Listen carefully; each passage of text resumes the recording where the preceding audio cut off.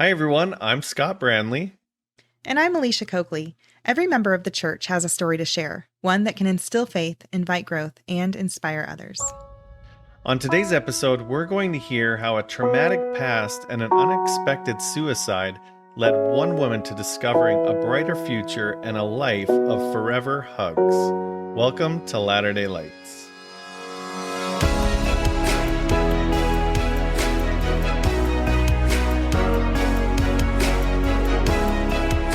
Hey everyone, welcome back to another episode of Latter-day Lights. We're so glad you're here with us today, and we're really excited to introduce our guest, Jeannie Barnard. Jeannie, how are you doing today? I'm doing really good, thank you. It's nice to meet the two of you. I know, it's really You nice too. to officially meet you. We are so excited because Genie is actually a referral from one of our previous favorite guests ever, Miss Emily Hemmert.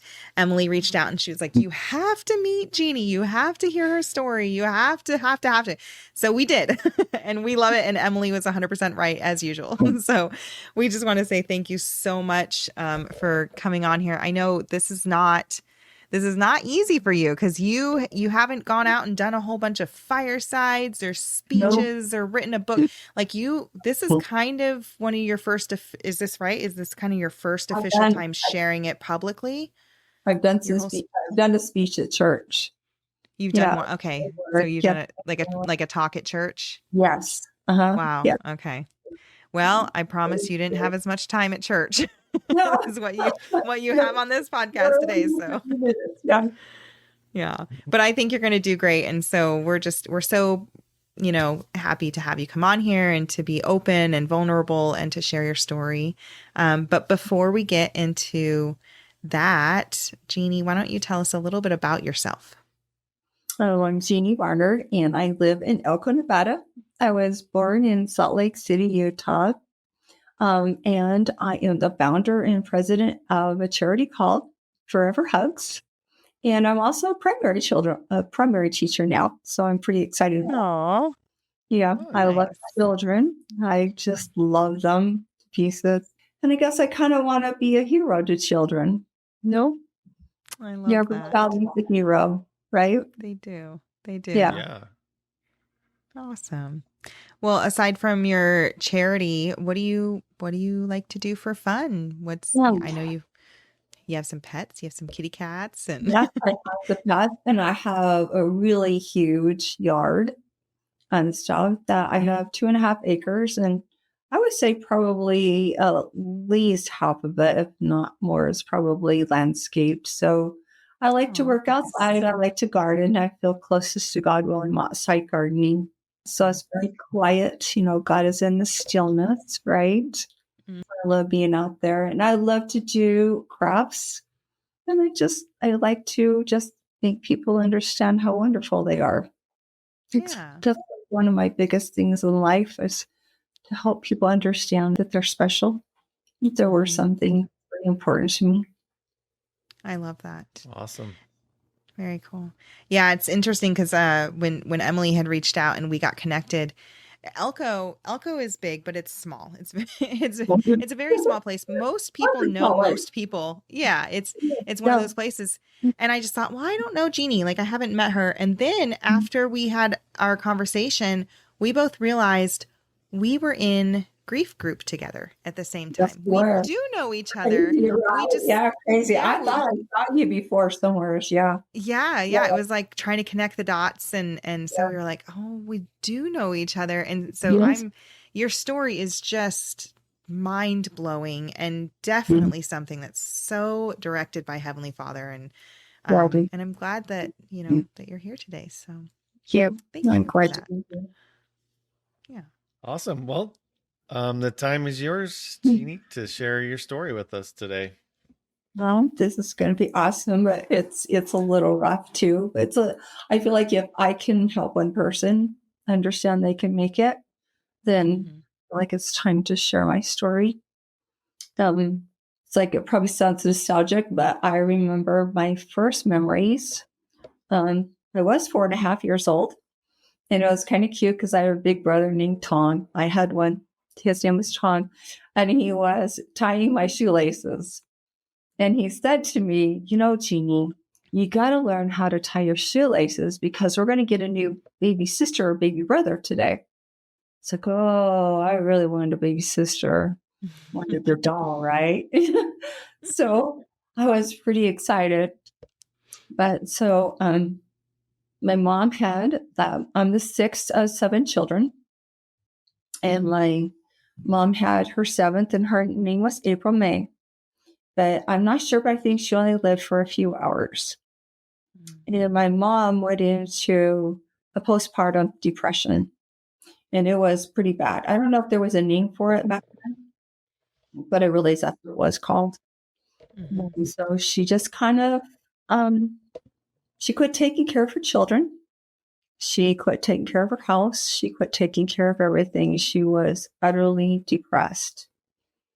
And I remember my dad getting very upset with her because it had gone on for, a long time. I feel so bad for her that I have no idea what it would feel like, to lose a child. And I remember my father not taking it well. He did not take care of it appropriately. And he had said to her one evening that she needed to stop it. She needed to get herself out of it. And she just couldn't. So he said to her, you think that you lost one baby girl. I'll take the other one if you don't knock it off. And I remember hearing that. And by then I was 5 years old. And I was pretty scared because I didn't know what that meant, because I didn't know where my sister was, of course, because I was so young, Like she wasn't there. She wasn't anywhere. So I got pretty scared, and I asked my mom. She used to tuck me in bed every night. And that night I remember asking her, she would teach me how to pray. I had no clue how I knew how to ask something like that, but I asked her how to pray. And she just started crying, but she was crying a lot anyways. But she started crying and she said, out of 6 kids, you're the one. I didn't know what that meant, but she taught me how to pray. And she told me that what you do is you close your eyes and you talk to God through your heart. And then after you finish talking to God, then you get really quiet and you let God talk to you through your heart. And so I began to do that. And she began to tuck me in bed every night, and we prayed every single night. One night, my dad got me out of bed, and he told me to get in the car, and I got in the back. He had like a station wagon. I got in the back, and I fell asleep back there. And he took me out to the Great Salt Lake, and he told me to get out, and I didn't know where we were. He told me to get out and that I was to sit there and wait for him to come back. So, you obey your parents. But by then I was kind of scared of him. So, I knew something wasn't quite right. But he got in his car and he left. And I was very scared. He left you in the salt flats. Yes. At night by yourself, and you were 5 years old. Yes, I was 5 years old. Were you alone? Yes, I was alone. Wow. I was very afraid. I was in a nightgown. So, just cuddled up, put my nightgown over my knees and just cuddled up, tried to get warm. It's cold out there, in the dark. So I cried a lot. And then suddenly I just became calm. And I prayed. My mom had taught me how to pray, and I prayed. And I asked God to, keep me safe. I had my dad come back, but he didn't. It started getting bright out. So I know God loves me. He knew he had plans for me because there was a man and a woman with their son drove by. And that was a long time ago. They drove by. There wasn't much traffic out there, And the man thought that he saw something move. And he went to go investigate, and it was me. Then he took his jacket off and he grabbed me up and put me in the car. And they took me to the police station. And somehow they got a hold of my dad and my mom, and they came and got me. It was I think it was pretty traumatic. I think I was in shock. They kept asking me how I got out there, and I just told them, my dad took me out there and he just left me out there. But of course, they wouldn't believe the child and stuff. So that was kind of the beginning of the end, I think, for me. I don't know what it was like for my siblings before I was ever born because I was the sixth. It didn't get better. It just continued to get worse. And I then, there was no food in the house. And because my mom wasn't buying food, my dad wasn't buying food. I don't know what they were eating, but my brother Tom and I were super close. And we reached the point where my dad we had a German Shepherd dog, and the police officers, for some reason, came out and got the dog. But there was still dog food left. They didn't take the dog food. And my big brother, Tom, he loved me, and he found the dog food. Then he brought some out to me, and I'm like, oh, yuck.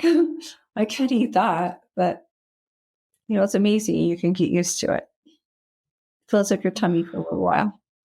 And then that went on for a long time. And I don't remember how long, because I don't remember a whole lot. But it did reach the point where he told me we couldn't eat it anymore because there was bugs getting in it. There's not a whole lot of it that I remember. I do know that my mom stayed with my dad for a couple more years after, the Great Salt Lake incident. I don't know how we stayed alive. I know my brothers, they had friends. They were quite a bit older than my brother Tom and I. So they would go to friends, and the friends would feed them. But it reached the point where, my dad was, this is embarrassing. He ended up going to, I'm sure you know where Second South is in Salt Lake City. That's where you buy the prostitutes. Oh, So okay. I hadn't heard dad about would that. do that. And then my mom started cheating on him. So it was kind of a back and forth thing. So funny and stuff, I started going, it was getting to the point where it was kind of a tit for tat between my folks. We started, my mom finally said, enough, I'm going to get a divorce. And it was a violent home. It was very violent. My dad beat my mom a lot. They said that I got beat too, but I don't ever remember that. But I do remember my brothers getting beat by my dad, but I don't ever remember getting beat. This is really hard. I recently, it was funny and stuff. My dad would take me and give me to different people, kind of hide me from my mom for a while. And then my mom would figure out where I was somehow, and she would come and get me. And then it was kind of a back and forth thing. I think I became like the pawn because I was the youngest. And I think that my dad could see it hurt my mom so bad when I would be hurt. Mm-hmm. So he would continually do it. So, but my mom ended up with a boyfriend. And so my dad would he would give me to the state of Utah for a little while. And that is where I would end up in a family named the Coopers. That was kind of a back and forth thing if he didn't have someplace else to take me to. He did take me to a family that did not have children. And they fell in love with me, and they wanted to keep me, but he wouldn't let them. And I fell in love with them too. That was pretty hard. He came in one night to come and get me, and the woman had a really hard time giving me up. She had fallen in love with me, and so had he. And but I kind of ended up back and forth to a family named Coopers, and I look at them a little bit as my heroes because they, my dad would take me someplace. It was a building. It was like a state building, and give me to them, to the people in the building. And then they would call the Coopers And the Coopers would have a taxi come and get me and take me to them. And they were amazing because I would arrive, I don't know what time, really late at night. And they would come out in their nightgowns and their robes and their pajamas and, and he would just like grab me up and carry me out of the car and they would put me to bed. And they were amazing people. Wow. They reached the point where I was there so often that they ended up taking me fishing. And I thought it was called family night, but now I realize it's called family home evening. Mm-hmm. So they were members. I did know that they had told me, but I didn't know what that meant. My mom was supposed to be, but I don't remember her ever going to church. But they were amazing people.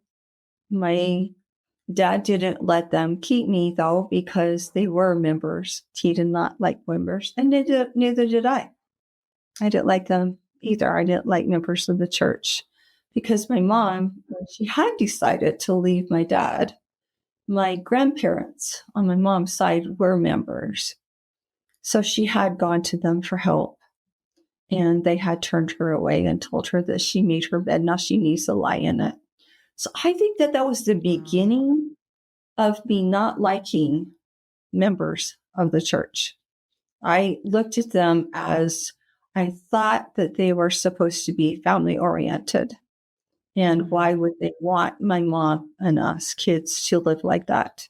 So because they would not help. Wow. But I lived with Coopers off and on. And then my dad finally just decided to give me up as a foster kid. And that's how I ended up in foster care.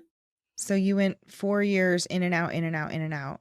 And Right. then finally at year 9, you were able to get in Right. there. Now, did you go to just one family at that point, or were you still back and I had been forth? to many families before that, but they weren't foster care.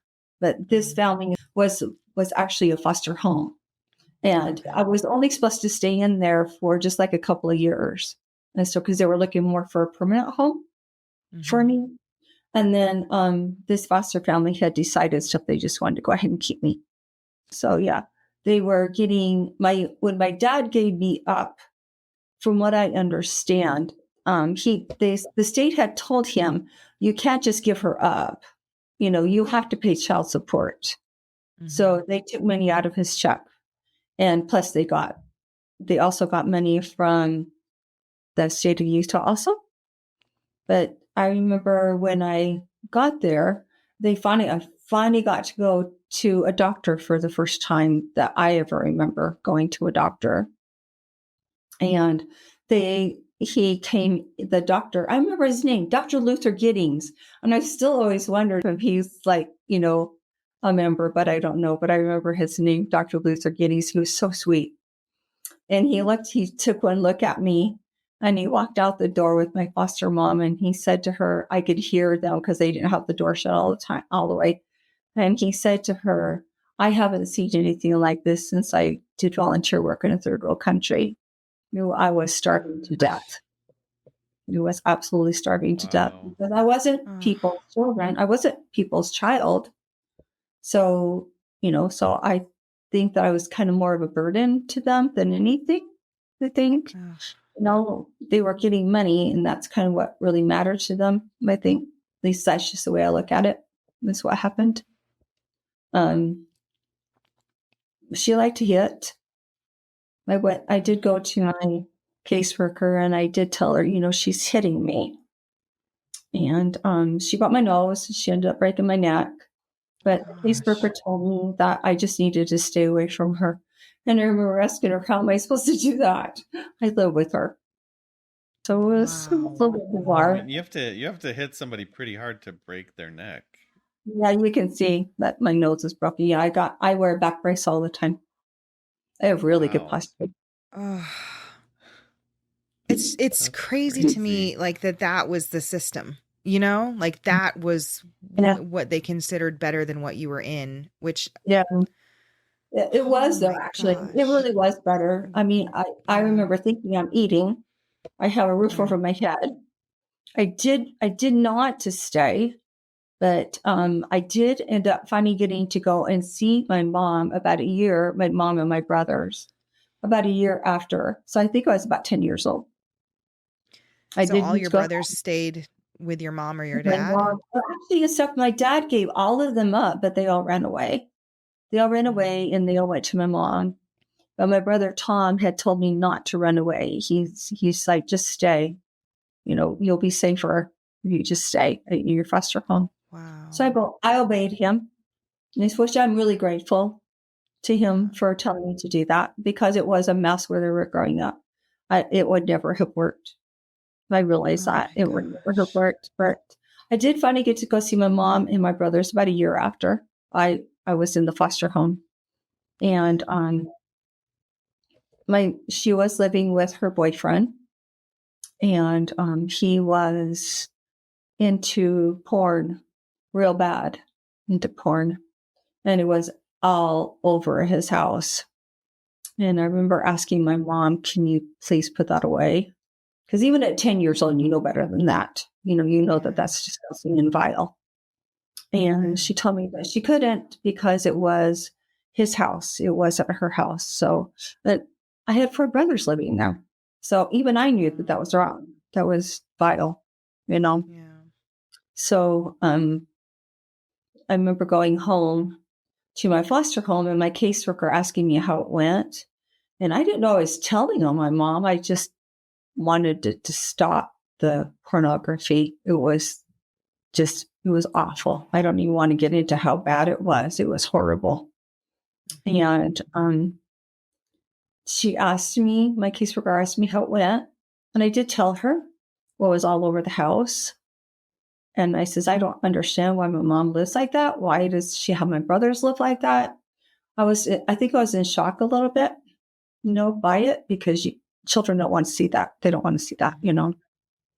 So, I realized I never got to see her again for about 3 years. I believe 3 or 4 years after that. I never get to see her again. And I realized it's probably because of what I said. But I was kind of grateful in a way because I didn't want to see that.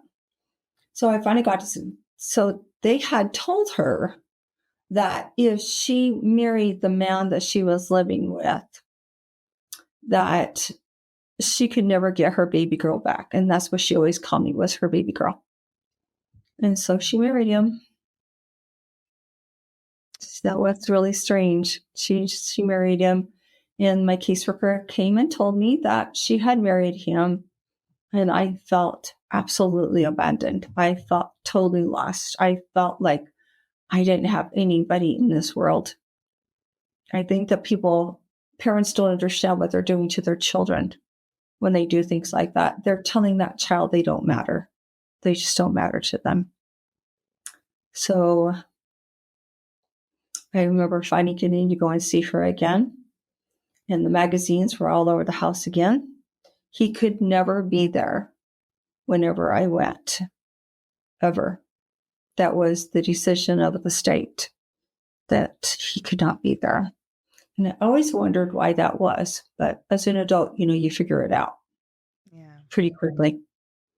So I never saw her again until my graduation night from high school. And she stuck in to see me graduate. That was the next time I saw her. Did you live with this foster family for that whole time? Yeah, I did. Yeah, I lived with them the whole time. Or was it still rough as you I got got bigger, where I think I got where, I would learn you learn about the time that, you can see somebody, you can watch them carefully, and you can see when they're going to start getting angry a lot of times. And I would learn just to get out, because in high school, I ran track and I jogged a lot. And so I would go for a run or something until she would try to calm down. So that worked out pretty good. But when she did get really violent with you, did she help you heal? Did you end up having to go to the hospital? Like how? No, I have bone spurs in my neck. I stopped pinching my nerves. They wanted to do surgery, but when they said they wanted to do surgery, they said they're going to shake my neck. Well, you know how we don't want our neck shaved because we love our hair, right? And I Yeah. had super long hair and stuff. So I was like, oh no, I think I'll just take it. So yeah, like Wow. on like really rainy days or wet days, you know, you could feel it more and stuff because they're pinching, you know, because it Wow. swells. So I take a heating pad or something and I put a heating pad around my neck and it helps a little bit. And I do wear a back brace at all times. Mhm. Wow. Wow. But yeah, I remember when she broke my neck, she hit me. She was pounding me on the corner of a wall, and I ended up fainting. And I woke up on the floor with her hitting me. But Oh, you know, there are really yeah. good foster homes. There really are. There are Yeah. really, you know, there's bad ones, there's medium ones, and there's incredible ones. To me, Mhm. I feel like I hit the medium. It could have been worse. I was getting fed. I Oh, was getting clothes. I had a roof over my head. And that's what was really important to me. That's what's really important to me now. As long as I can pay my bills and I have food in my refrigerator, especially strawberries. You know, I'm happy, you know, as long as I wow. can pay my bills. So it makes you appreciate things.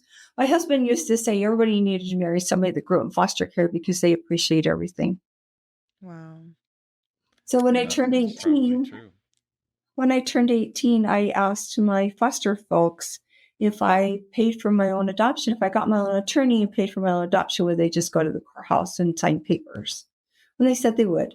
And stuff. So I got my own attorney and I paid for my own adoption and they came to the courthouse and they signed the papers. So I was adopted. So that's how I got Mhm. adopted. And that's really important to me. Yeah. Every child wants to be adopted, and that's how I was. And then I ended up meeting my husband really soon, not quite when I was quite finished paying for my own adoption. I met my husband, and it was kind of a whirlwind romance. I Yeah. met him. I had actually met him when I was 16, and I had said, you know, to my girlfriend that she thought he was going to marry her. And I had said to her, I'm going to marry him. And she was like, no, you're not. So like, as she had said to me, he won't even look at you twice. You're a foster kid. And that's kind of a challenge, I think, a little bit. It's like, oh no, did you just say that to me? Don't Wow. say that to me. Actually. So we only went together for 2 months and 9 days before he asked me to marry him. And he was from Idaho. And stuff. And we only saw each other every other weekend. He would drive down. So I remember the first time that he told me that he loved me. He said it first, and I said to him, "Oh, really? You think you do?" And I said to him, "You know, by the time I'm 50 years old, I'm going to have a red Cadillac." And he looked at me really funny, like, "You're a foster kid, right?" But I wasn't anymore. And he Mhm. said, "Not if you marry this awful Billy, you won't." And I said to him, "You want to bet?" I have a red Cadillac. Oh, do you? I do have a red Cadillac. So funny. That's awesome. Yeah. So you guys get married and Yeah. then things start looking up, I'm assuming. Yeah. What happens? Him and I grew up in a religion that women are lesser than men. Mm, That is what I love about the gospel, you know, is that we're equals. And that just thrilled me when I found that. I was like, oh yes, thank you. Yeah, he believed, and I did too, that women were lesser. I think I kind of mhm. fought it a little bit in my brain because it's like, wait a minute, that doesn't sound right. But I grew up like that. So that's the way it Right. was. And not just that, you know, my dad felt that way about his boys too. You know, Mhm. that, you know, we only celebrated my big brother David's birthday. Nobody else's birthday was ever celebrated. So when my husband and Oh, I got married, we never celebrated my birthday. We just didn't. But we celebrated his because, you know, men are the ones that make the money. They're the ones that are important. So, you know, we don't celebrate wow. women's birthdays and stuff. So, but I grew up like that. So it was kind of the Right. normal for me a little bit. So it wasn't like a Like he wasn't being mean because you guys both just agreed that that's just how it was. Is that Well, it was a little accurate? Or? mean, but, there was times Well, and stuff I would disagree with him. Yeah. And I would, right. he was a little bit strange because I thought that it wasn't like that, with other couples, but Right. it became, yes, the norm for us. Yeah. He would get like $5,000 boots and we would have a discussion whether I needed new shoes. And it's like, oh, well, it's summer. You like to go barefoot anyway. So it was kind of stuff like that. Because Oh, he made the money. So, and I didn't. So that's kind of the way that it worked. So wow. kind of a different kind of religion. Mhm. The women never cut their hair. They don't wear makeup. They don't, they wear dresses. They never wear pants. It's, yeah, it is, before he passed away, we did realize that it is a cult. It was a cult. Wow. Yeah, I was married to him we traveled around with Daniel's construction. Mhm. Yeah, and he was everywhere we ever went. He was the top heavy equipment mechanic. He was super Mhm. smart. Yeah. And then the last place we were at was Carlsbad, New Mexico. And he said that if I helped him get the job here in Elko, that he would never make me move anymore. Yeah. So we got here, and then we found out that my mom was in California. So I didn't really know her very well because I didn't have her for very long. But she was going to move to Salt Lake. So I found out where she was and she was moving there to Salt Lake, and I really wanted to get to know her. I really wanted to. Hi, my big brother Tom. Him and I were always super close. When for the first few years, my mom and dad used to say that wherever he was, I was. Wherever I was, he was. And he loved me so much, he called me his twin. So that when he passed away, then they had a hard time because they would say to me, boy, it must be really, really hard on you because, that's your twin. I'm like, no, he really wasn't. He just liked to say I was because he just loved me that much. And so we were an awful lot alike. He worked at a charity, but so I found my mom. And so I got to know her for a couple of years. But something that I've always found very special about my mom was that she knew that she was passing away. She died actually, I'm 64 and she died at 66. So that's kind of scary. Yeah. But I got to know her a little bit, but she did take my husband in to her room and she had him shut the door. And he later told me that she had told him, please get her a home. She's never had one. Wow. And he did. I have a beautiful home. It's gorgeous. And I love my husband for that very much. How was your relationship with your mom after all those years? Like, had she softened? Did you get to reconcile, or how did that She go? seemed sorry. She seemed sorry, but she never said she was sorry. I remember her, there's something that I think that everybody should say to their folks is, thank you for giving me life. Because she was the one that gave me life. Yes, God gives me life, but she's the one that gave me life. She's the one that bore me. And she said to me, has it turned out okay? And I said to her, it started out pretty rough, but it's gotten a lot better. Wow. So I was able to forgive her, and it was hard. I think the way I was able to forgive her was she taught me how to pray, and that's gotten me through life. And I think the way that she taught me was in a very beautiful way. Listen in your heart. What is God saying to you? God is in the stillness. And that's what's gotten me through life, is praying a lot. I go outside and I garden and I pray and I'm talking to God while I'm out there gardening because it's so quiet and you can, just hear, the bugs and I actually have crickets out there I love listening to, and I have frogs, big toads, and it just kind of adds to the prayer. you know. My husband and I were married for 42 years. You know, Wow.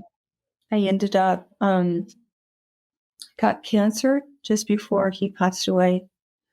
I think that was very rough on him. Yeah. He was used to women in the religion we grew up in. Women wait on the men. You are subservient to them. Mm-hmm. The men do not wait on the women. You just don't do that. The woman can fend for herself. So when I got cancer, it was incredibly difficult for him to take care of me. And I wasn't much good to anybody. You know, we were really happy when we realized that I was making it.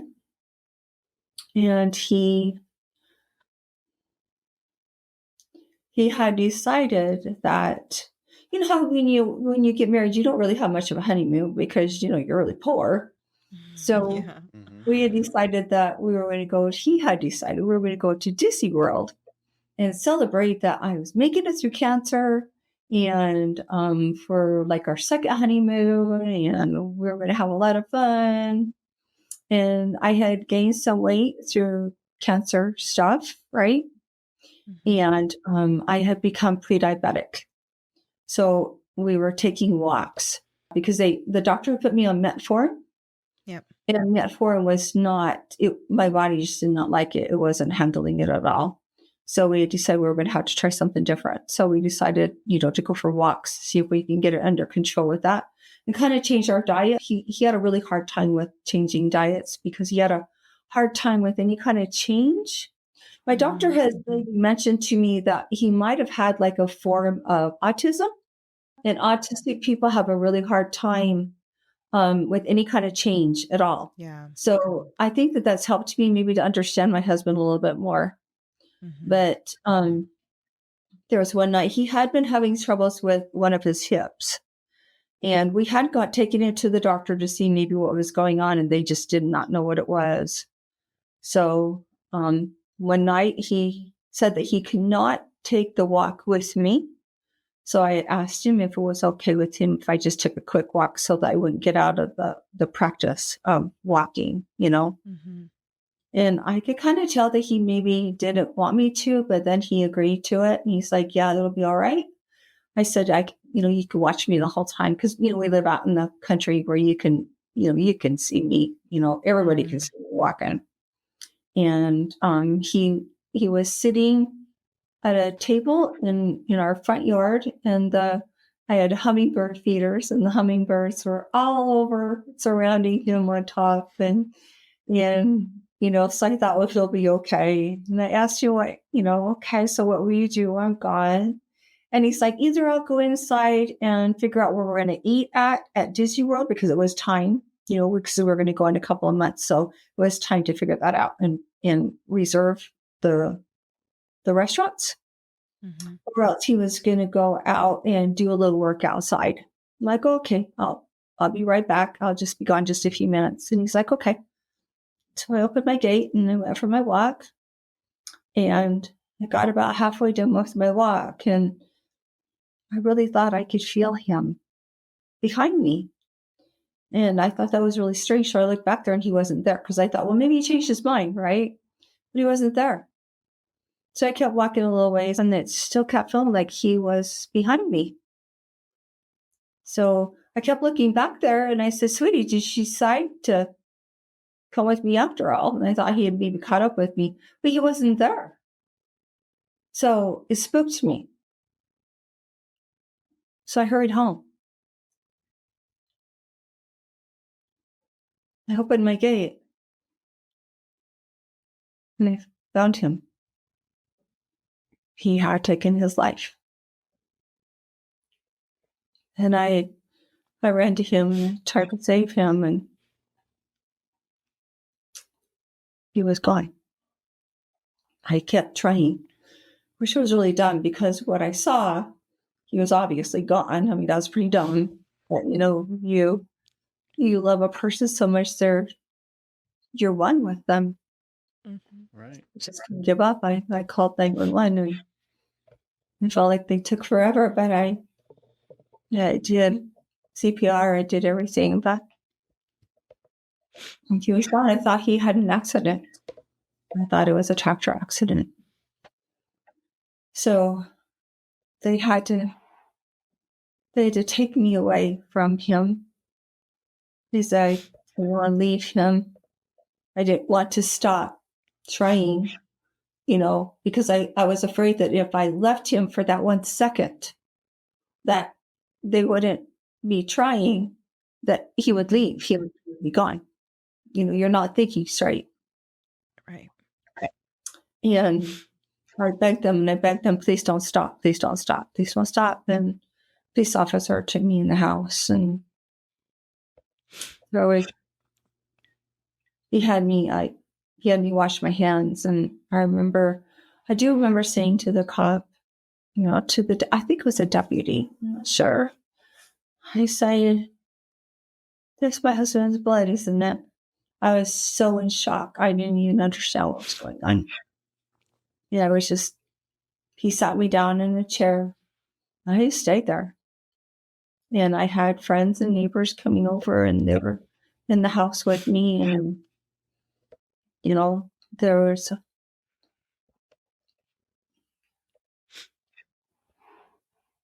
it's really hard.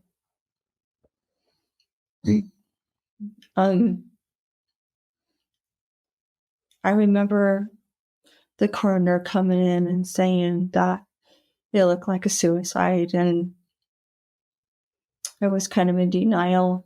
And I think I did say something to the effect of that there were suicides in his family, so he's not the only one that has done it in his family. He had a cousin of his commit suicide maybe 6 months before that. Wow. And he had asked me, "Do you think that he is in HE double toothpicks?" And I said, "No, I don't. Yes, I think that God loves us too much. And if we're his children, if our fathers are supposed to love us, I think that he would understand, because God understands us." And I don't know how I knew that. Mm-hmm. And he had told me, "I will never do that to you." He said to me, "You have been abandoned so much in your life. I will never abandon you." I believed him. I put my whole trust in him. So I was in absolute denial. No way would he do that. He said that to me so often in our marriage. He would say to me, "I love you so much that there's nothing you can do about it. And I will love you forever." Like, "Forever, huh?" He's like, "Yes, forever." I remember when he asked me to marry him, I told him, I said, "I believe in marriage forever. So if you think that you cannot be married to me forever, go ahead and walk away now." And he said, "No, I want you forever." There's a song out, it's called Magnet and Steel. It's like, that really says how old I am. Have you ever heard Magnet and Steel? I have, yeah. That was his favorite song. He said I was the magnet and he was the steel. Oh. Yeah. So, Wow. but. And then that's about the time that you and I met in grief group. And I remember hearing your story, and I remember you at that time you were like, no, he didn't do it. No, and no, do it. No. Yeah. It's like I was remember that. Denial. And Billie Jean, Billie Jean Crawford. Yes, we love Billie Jean. I asked her a couple of months ago, like, "Did you always know that my husband did it?" She's like, "Yeah." Yeah, she did. She's like, "I was just going to let you. I knew that you would come to terms with it on your terms, in your time." And so, I kind of just drifted for about a year and a half, being upset, thinking, "Why didn't you just wait for me? I was going to be right back. Why would you work on the tractor like that underneath the tractor like that without me being there?" why would you do that? I was just kind of in a fog, but there was a brownie point though. I was in shock. So I had some friends that said to me, didn't you and Len do a will? I'm like, yeah, we did. I forgot all about it because you're foggy brained, right? And they're like, well, who did you do it with? I'm like, it goes like Gerber Law Office or something. And so I actually had the copy of the will. It's like, oh yeah, we did do that. Guess if I go and do that. So I couldn't drive. I was in complete shock and I couldn't hardly see, if that makes sense. Yeah. I couldn't hardly see. my eyes were just blurry. So I knew better than driving. So they brought me over to Zach Gerber. And I walked in and Zach Gerber grabbed me pretty quick. I thought that was pretty sweet. There's Travis and there's Zach. And Zach grabbed me when he took me in. And he was the sweetest thing, and, he got everything turned over to me so fast. It was just crazy. But he told me, after we talked for a long time, he told me, you're going to have somebody to help you with your money. So that's where Tim Hatch comes in. So he brought me over, Zach Gerber brought me over to Tim Hatch. So I always tell people that Tim Hatch and Zach Gerber were my first missionaries. For Tim. For Tim and Zach, they ministered to me. It was really sweet because I would come in, Tim would have me come in every single month. And we wouldn't talk about money. He was ministering to me. And you were not a member still, right? No. Like at this point, you still didn't really have a good taste in your mouth. By the way, I was baptized at 9. My mom did have me baptized at 9 years old just before I went into foster care. Okay, so you were technically a member, but I just didn't know that. No, I didn't. You didn't remember. I had completely forgotten about it. Yeah. So my brother, just before it was just a year before, my husband passed away. My brother, we would meet in Salt Lake to take teddy bears for Forever Hugs, but it wasn't called Forever Hugs back then. And he had given me a piece of paper that said, "Hey, you're a Mormon." Like, no, I'm not. That's so insulting. He's like, no, I have papers that say that you are baptized. And it hit me. It's like, oh yeah, I was, wasn't I? And then he showed me another piece of paper and it had that it was a blessing paper. And I actually saw my uncle's name on it. So he was one of the ones that did the blessing on me. So which was my mom's brother. His brother, just older, just younger than her. So I had no clue. And I had forgotten all about the baptism.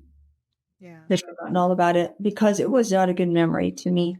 My mom had just picked me up from school one day and said that I was going to get baptized. And she took me to this building. I still don't remember where it was. And she told me I was going to get baptized. I didn't have a clue what was going on. And I just remember thinking, what are you going to baptize the sin out of me or something, the bad out of me? Yeah. But, I had no clue what was going on. So it was really a bad experience. But so a while later after that, of course, my husband, he took his life. And then I had my big brother, Tom, to talk to. And he would tell me over and over again, he didn't do it. He did not commit suicide. He did not do it. He would never do that to you. He loved you way too much for that. And it helped, actually. I think that, there was somebody that came to me and said to me, do you ever think that you made it so that he didn't commit suicide for 42 years? I remember that upsetting me because it's like, but he didn't though. But he didn't do it though. You guys are crazy. I went to Zach Gerber and I wanted to sue the state of Nevada, to change the death certificate. And Zach was really sweet and very loving. And he said to me, Jeannie, do you think that your husband worked his whole life to take care of you? Just to have the state of Nevada take all of that away from you? because the state of Nevada has more money than you do. To go, yeah, you're right. So he's like, you need to leave it alone. I think even Zach knew. I think everybody knew but me. You know, I wonder if even my brother knew. So, yeah, so I was coming in here to Tim Hatch, and he was ministering to me. And when it was about a year and a half, and all of a sudden, you know, your brain starts to clear a little bit. I couldn't see anything. I couldn't hardly see anything at all. I think there's a name for it, but I don't know for sure. But my eyes were really blurry. Not only was my head fuzzy, it was like you're so stressed, Yeah. you know, and you're so confused and you're in shock that you can't think straight. You don't know what's going on around you. You are just surviving. You are eating. You are sleeping. And you're trying to make sure the bills are getting paid. And that's all you're doing. Right. And I remember being outside a lot, working outside a lot, and asking God to please make everybody understand that my husband would never do that to me. Just please, just make everybody understand. Mm-hmm. Then about a year and a half, yeah, it was, my head started to clear a little bit. And I realized that, oh, he did it. Because you start seeing things around where he did it. Your memory starts clearing a little bit and you see things and you realize, yeah, he did it. And then I became pretty ticked off. It's like, how dare he? You know, how dare he? And I blamed the church for everything that ever happened to me in my life that was bad. Everything. Because I felt like that if my grandparents had just been grandparents to us, that our lives would have been different. If they would have done what I feel like the church would want them to do, you know, then I wouldn't have been in the position that I was in. Right.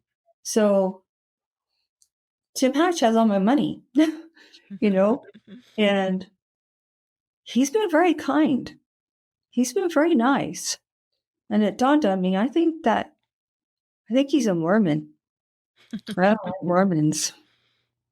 So I had decided that when I went in to see him again, that I was going to ask him if he was. And I had plans because, you know, you've worked with Billie Jean. I don't know if you've worked with people that their husbands have committed suicide. A lot of the times the spouses will do it too. Yeah. Once they realize what happened. Yeah. You're so alone. Mm-hmm. You feel so abandoned. You feel like a burden to the world. You feel like a burden to society, and you just need to be gone. And then the burden will be gone for everybody. So I had made plans to put my cats to sleep. I had 3 of them at the time. And because I didn't want them to suffer, I was going to come here and ask if Tim Hatch was a Mormon. If he was, I was going to take the money away, give it to another financial advisor, make sure it was going to go to charity where I wanted it to go. And then I was going to go home and have my cats put to sleep and bury them. I was going to go home. And I know it's sick, but it happens a lot. I was going to go ahead and take care of myself too. I was done. I felt like I have gone through too much in my life. And now this, I can't handle this too. I'm tired. I'm done. But instead, I came into Tim Hatch, and he was just as friendly and kind as ever, a little sweetheart. And I finally asked him, so, hey, Tim, what church do you go to? And he put his head back funny, like he knew what was coming. And he said, I go to the Church of Jesus Christ of Latter-day Saints. And then I said, that's weird. I think I am too. I don't know why I did that. That was not the plans. And he looked at me really funny, but very kind. Mm-hmm. And that's what I needed. I needed somebody to look at me like I was of some value because I didn't feel valuable at all. I felt like a failure. Mm-hmm. I felt like a failure of a wife. I felt like a failure of a human being. And I was tired. And I had felt no value my whole life, except from the Coopers. Yeah. When the Coopers had to let me go, they had said to me that I was to always remember them because they said that someday I was going to do something really big and that I was to remember them and to mention them. And I remember saying to them, no, I'm trash. I'll never be anything. But here I am. Crazy, right? So poor old Tim Hatch, suddenly and stuff. Of course, he's calling, Bishop Kirk Knudsen and the missionaries, and all of a sudden my head is just spinning because everything's just moving so fast. And I'm thinking, what is happening here? No, Yeah. this wasn't the plan. This was not the plan. I think I just loved him so much. I didn't want to disappoint him because he looked at me like I had value. It had been a long time since I'd had that look.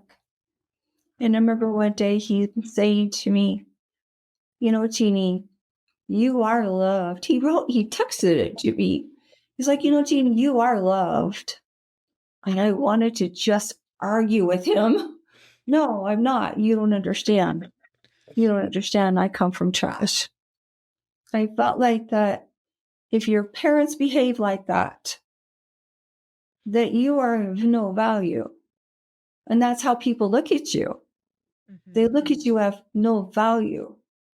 Think about the neighbors that you go by and you don't really want to go by that house because it's kind of scary looking. And you wonder whatever's going to happen to those kids, right? Mm-hmm. I was one of those kids. Yeah. That's what's crazy.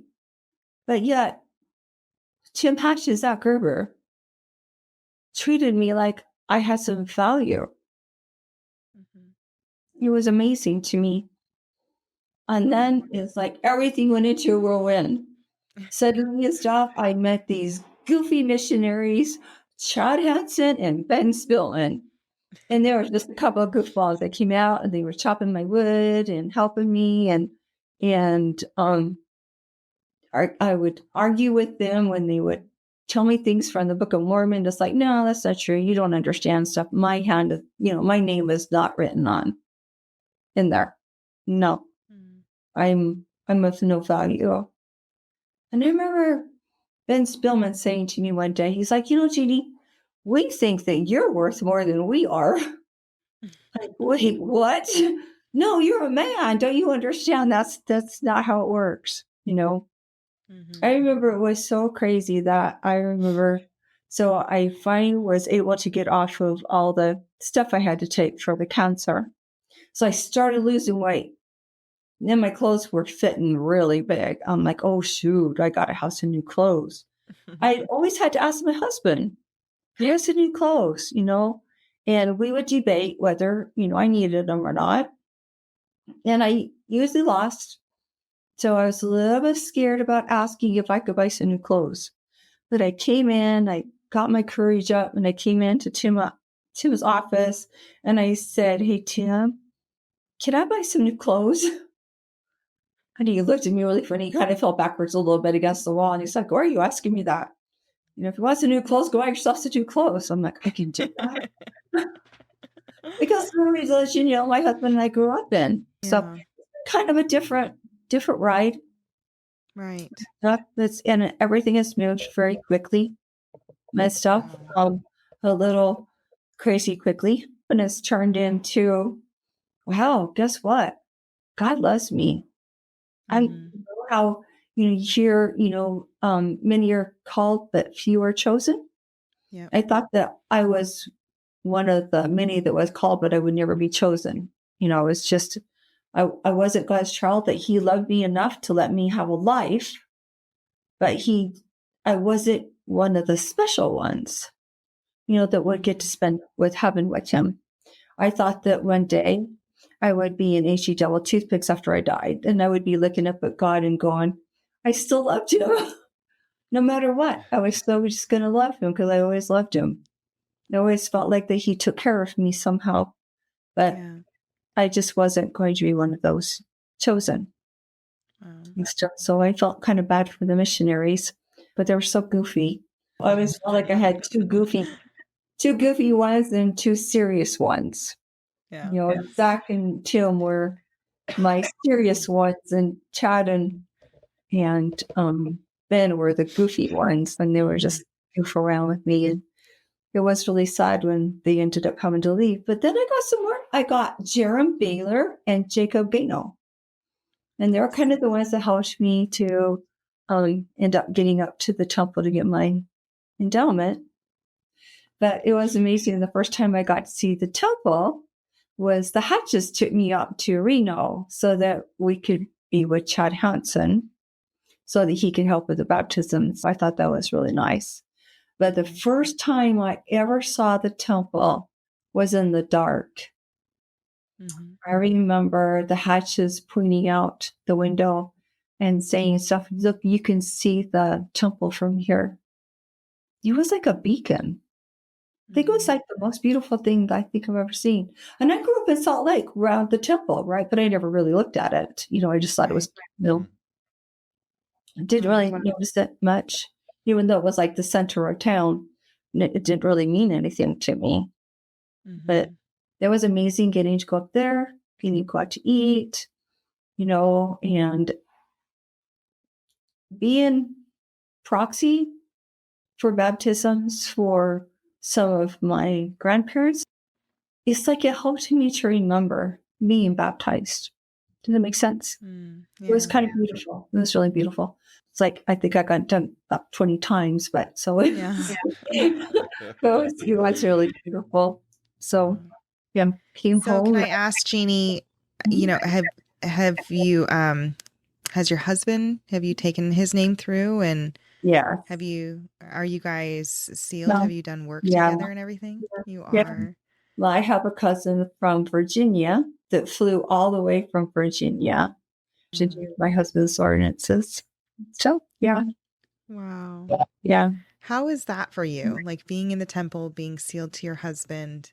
It was really amazing because I found out who I am, and that was one of the most beautiful parts.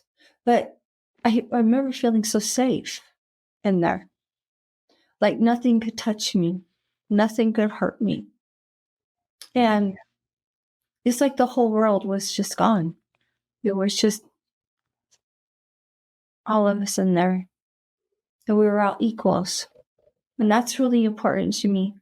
I think growing up the way that I did, not being equal to anyone. I was the lowest on the totem pole because I was a foster kid. So I was the lowest. And then as a girl, also, I was always the lowest.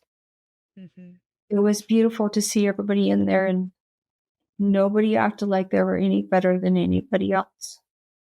Yeah. I think that's the first time I think I've ever felt that in my life. I want to go back pretty bad, have that experience again. But it was really quite beautiful. And I had so many friends that I never expected were going to be there. Even my bishop showed up, which was shocking. I remember turning around and, oh, wow, Bishop, you're here. It's like, and he didn't act like he was any better than anybody else.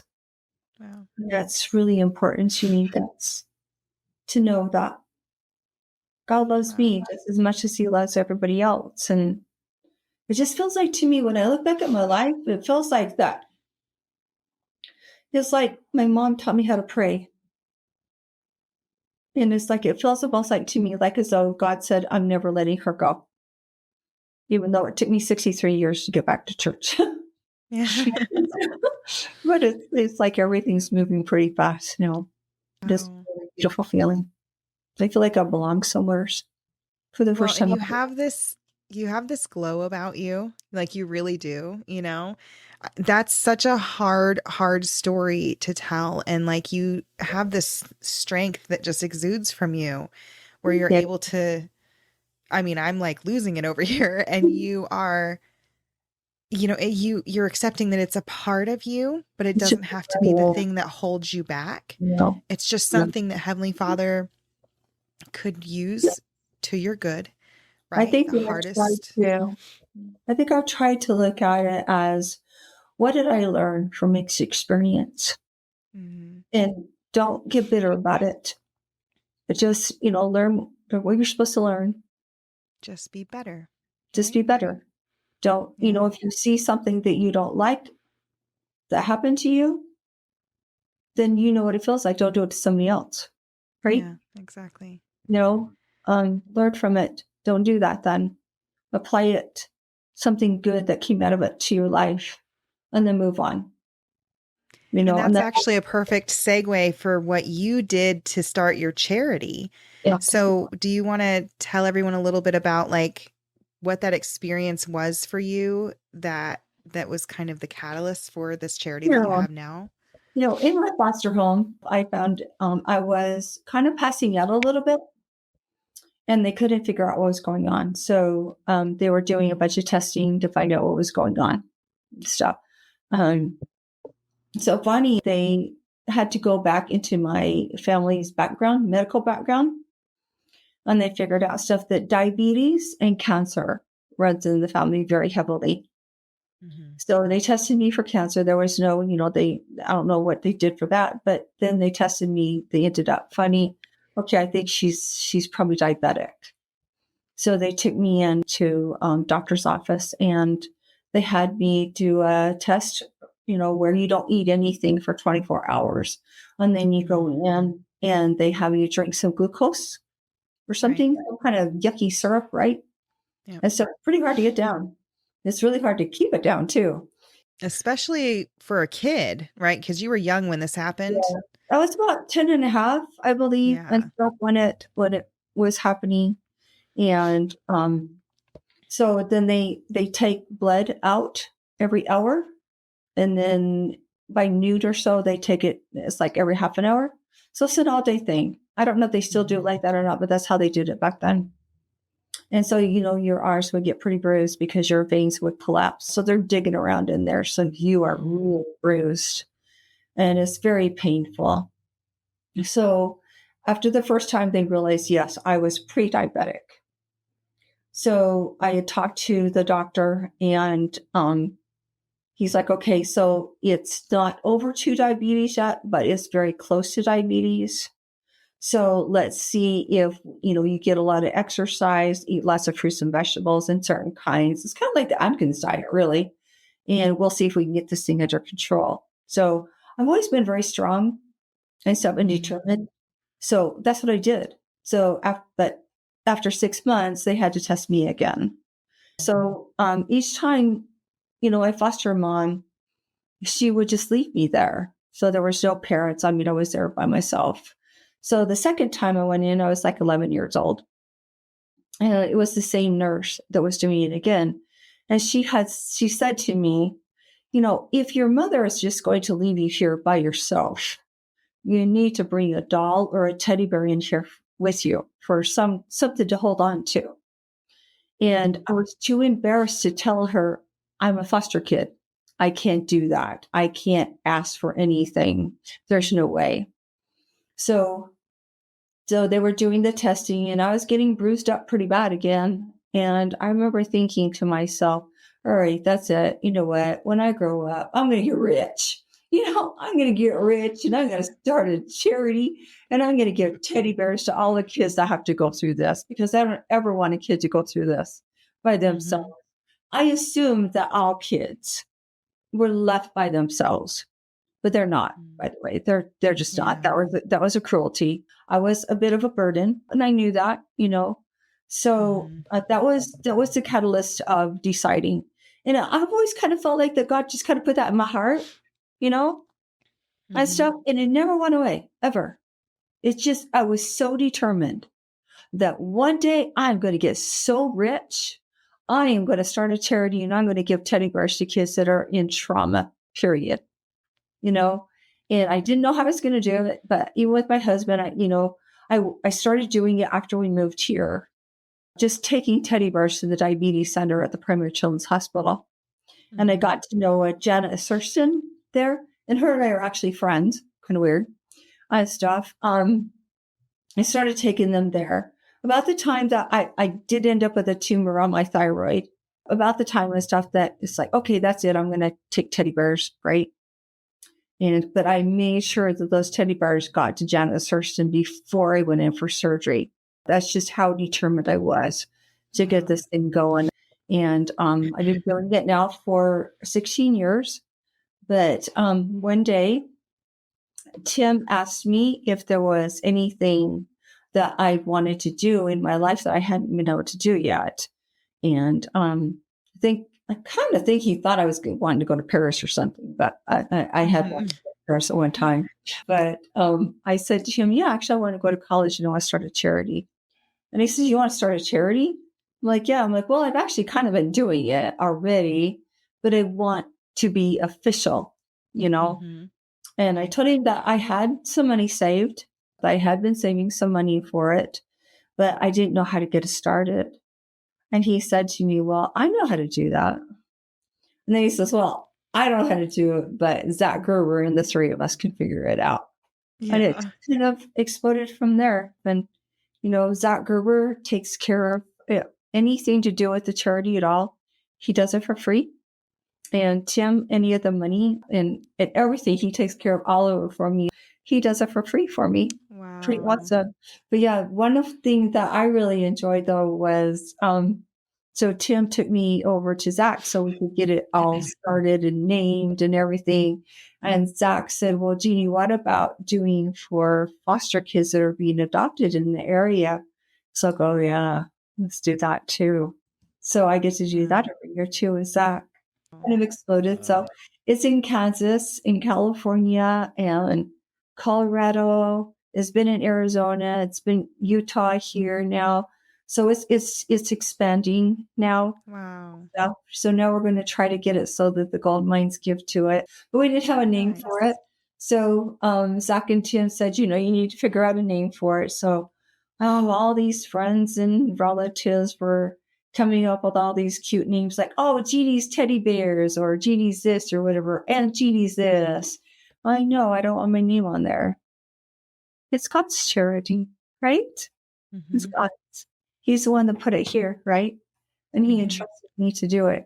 So it's God's. It's God's charity. So we were coming up with all these names and I was writing down all these names. And I had to come into town because I was supposed to have a name for it, right? We were going to go over to Zach. We're going to have a name for it. We're going to write it down. And so Zach asked us, we all sat down, Tim and I and Zach all sat down.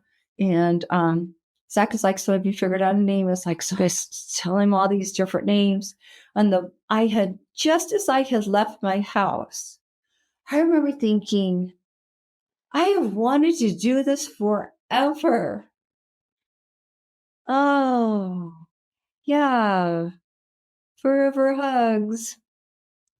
And I wrote that down. It's like when we were here, came to the last name of the record, right? And then there's forever hugs. And Zach and Tim looked at each other and they gave each other these big smiles. And Zach says, should we go for that? And Tim and I were, yeah. So that's how Forever Hugs was born. I love that. Kind of cool, huh? So, and I love hugs. I love hugs. I feel so bad for people. It's like, hey, can I have a hug? So, but yeah, I have It's amazing.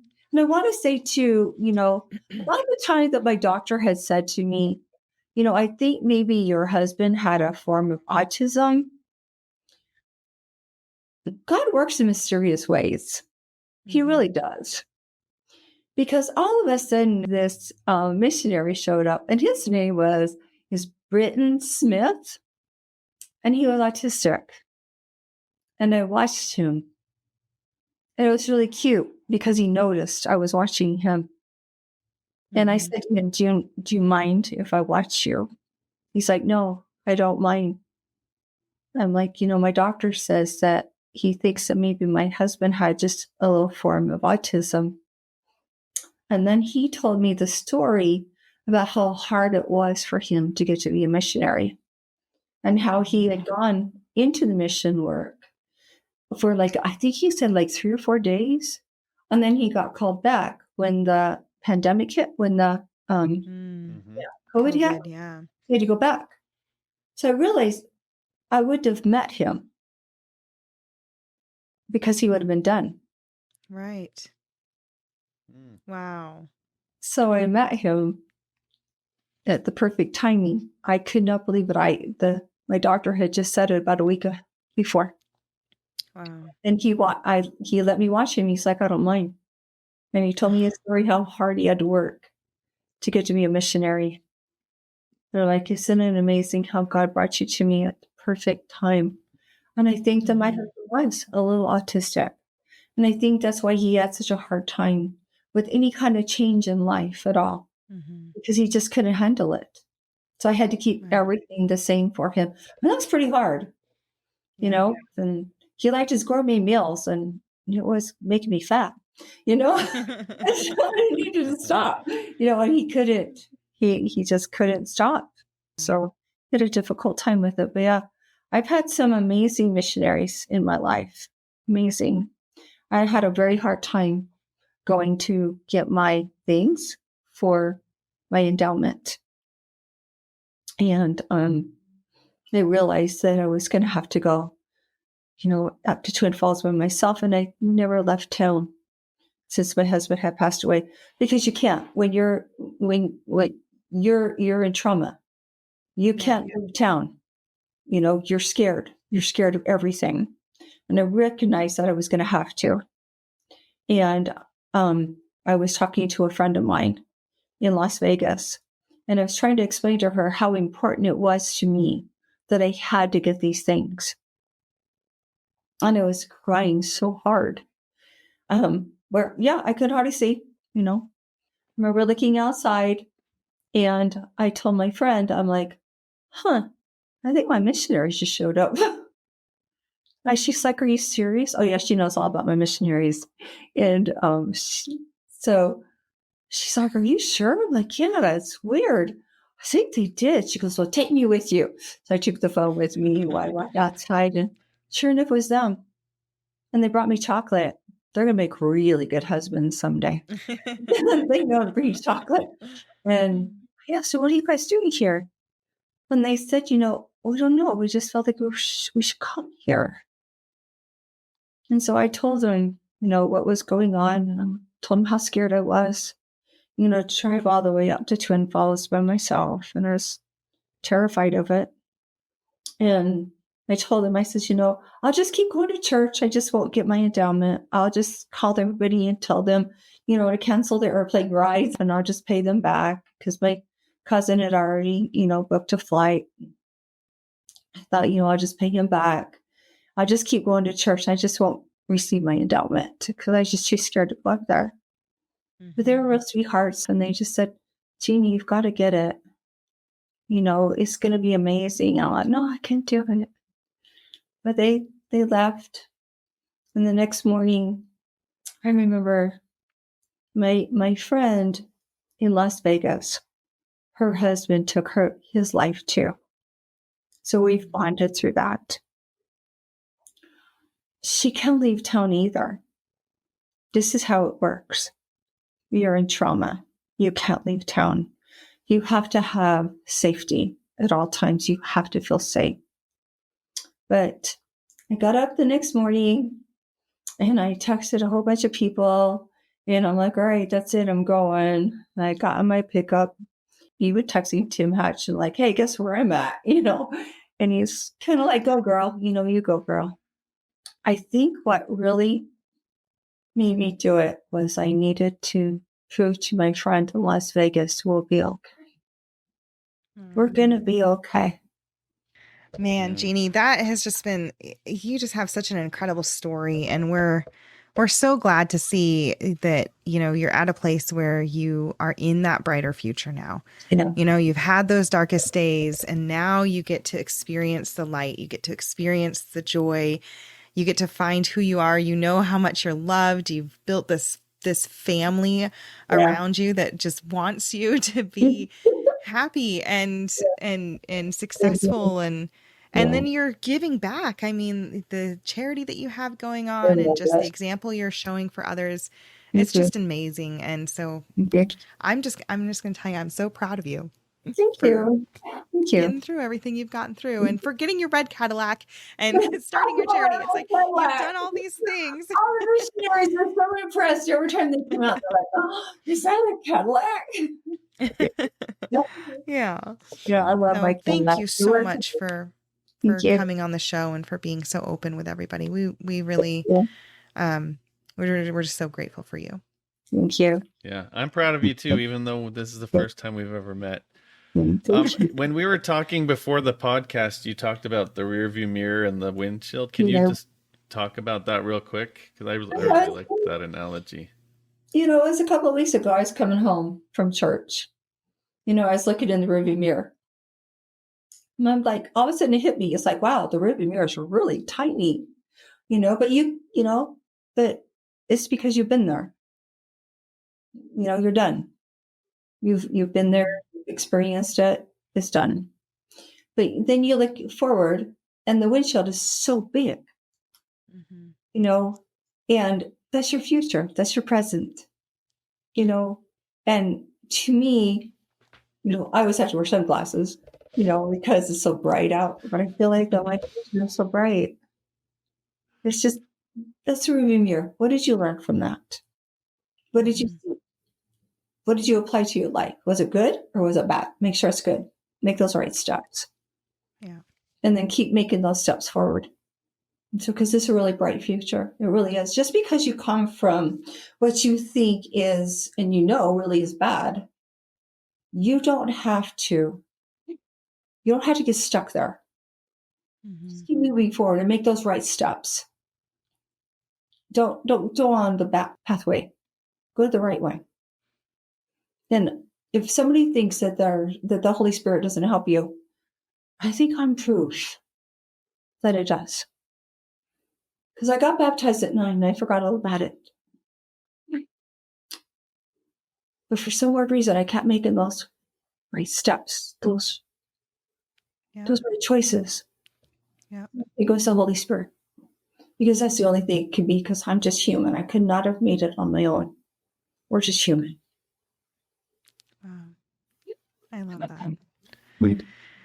Oh, well, man. You are one of my new heroes, Jeannie. Well, thank you. I want to be a hero to children. There's monsters in the world, but let's make sure that children know that there's also heroes too. Yeah. Yeah. Well, I think you can check that off on your bucket list. I think you are definitely a hero for them and for many others. Oh, I'm jumping out of an airplane next. Go to Lamborghini. No, there you go. Thank you. Oh, well, Jeannie, thank you.